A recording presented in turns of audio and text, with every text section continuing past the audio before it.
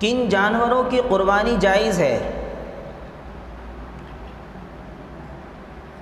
قرآن اور حدیث میں جن جانوروں کی قربانی کرنے کا حکم دیا گیا ہے ان کی قربانی جائز ہے، اور آپ اس مسئلے کو اپنے قریب کے علماء کے پاس جا کر سمجھنے کی کوشش کریں کہ ہمیں کن جانوروں کی قربانی کرنی چاہیے عید الاضحیٰ پر۔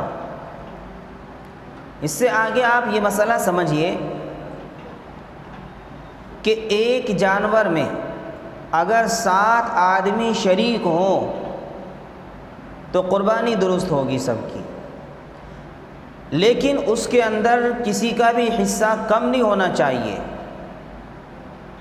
جب 7 حصے ہوں گے تو 7 حصوں کو وزن کر سب کو برابر دیا جائے، اندازے سے نہیں۔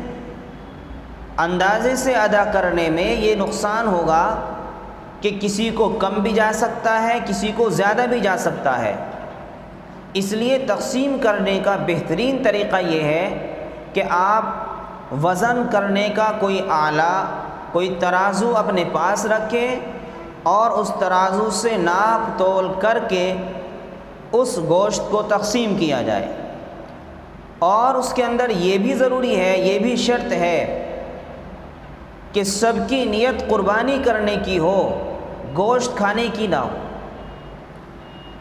اگر کسی کی نیت کے اندر ذرے برابر بھی گوشت کھانے کی نیت ہوئی تو پھر جتنے لوگ اس جانور میں شریک تھے، اس میں شامل تھے، کسی کی قربانی درست نہیں ہوگی۔ اس لیے ضروری ہے کہ سب کی نیت قربانی کرنے کی ہو، گوشت کھانے کی نیت نہ ہو۔